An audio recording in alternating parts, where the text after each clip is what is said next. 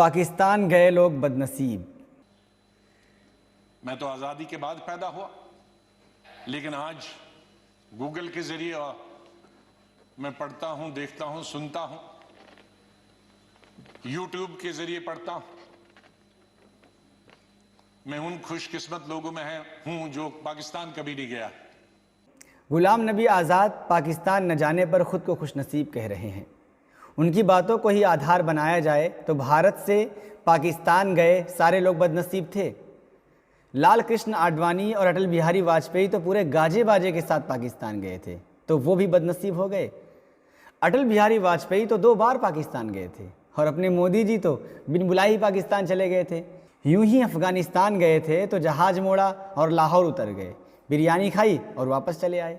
तो संसद में गुलाम नबी आज़ाद की इस बात पर मेज़े थपथपाने वाले बताएंगे कि मोदी जी की बदनसीबी का स्तर कितना है। एक हकीकत ये है कि पाकिस्तान गए सारे बदनसीब वापस आकर पाकिस्तान की कभी बुराई नहीं किए, बल्कि उसकी आवभगत के कारण प्रशंसक ही बन गए। फिर चाहे आडवाणी, अटल बिहारी वाजपेयी, सुषमा स्वराज हों या मणिशंकर अय्यर, नवजोत सिंह सिद्धू हो या शशि थरूर और वेद प्रताप वैदिक ही क्यों ना हो।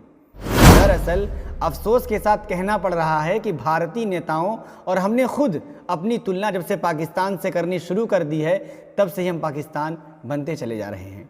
यह हकीकत है कि भारत का सारा भविष्य जैसे पाकिस्तान पर आकर डिपेंड हो गया है। एक बर्बाद मुल्क पाकिस्तान से भारत की क्या तुलना, पर यह होती इसलिए है कि कुछ लोगों की कुंठा को शांत किया जा सके, जो पाकिस्तान 24 घंटे करते हैं। हकीकत यह है कि कुछ एक आतंकी घटनाओं के अलावा पाकिस्तान ने हमारा और हमारे भारत का एक रुआं भी टेढ़ा नहीं किया, बल्कि हमें लाफा तो मारा चीन ने है, पर चीन पर पूरा देश 56 इंच वाले मोदी जी के साथ ही चुप है। चीन ने लद्दाख से लेकर अरुणाचल तक भारत की सीमा को सिकोड़ कर रख दिया, पर हम गाली देंगे पाकिस्तान को। क्यों?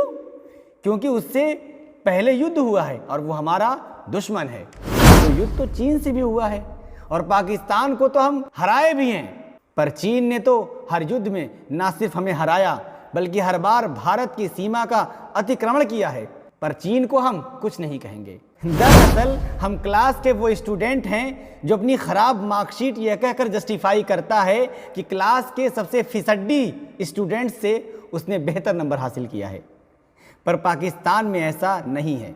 वहाँ के लोग भारत की इतनी भी चर्चा नहीं करते।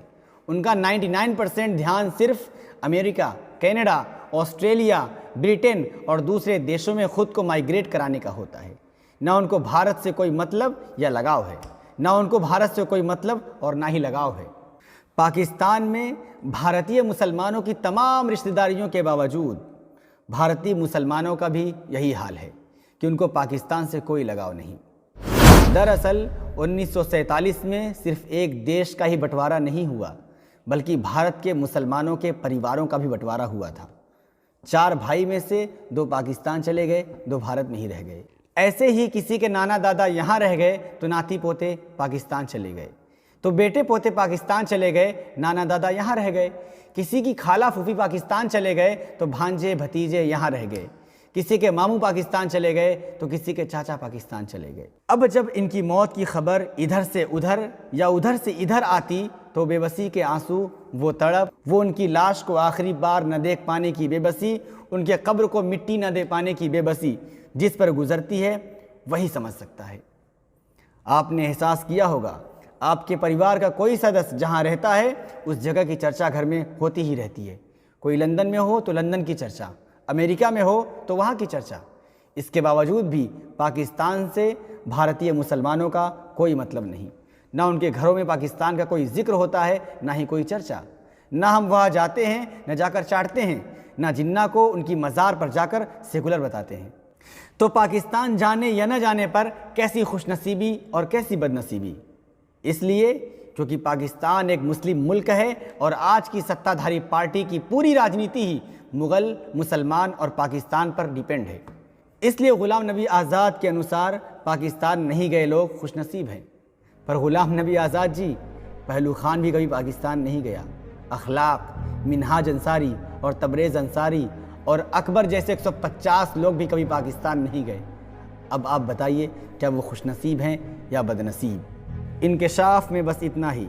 इसी तरह और सवालों के जवाब जानने के लिए देखते रहिए NIN। नई आवाज़, नई परवाज़।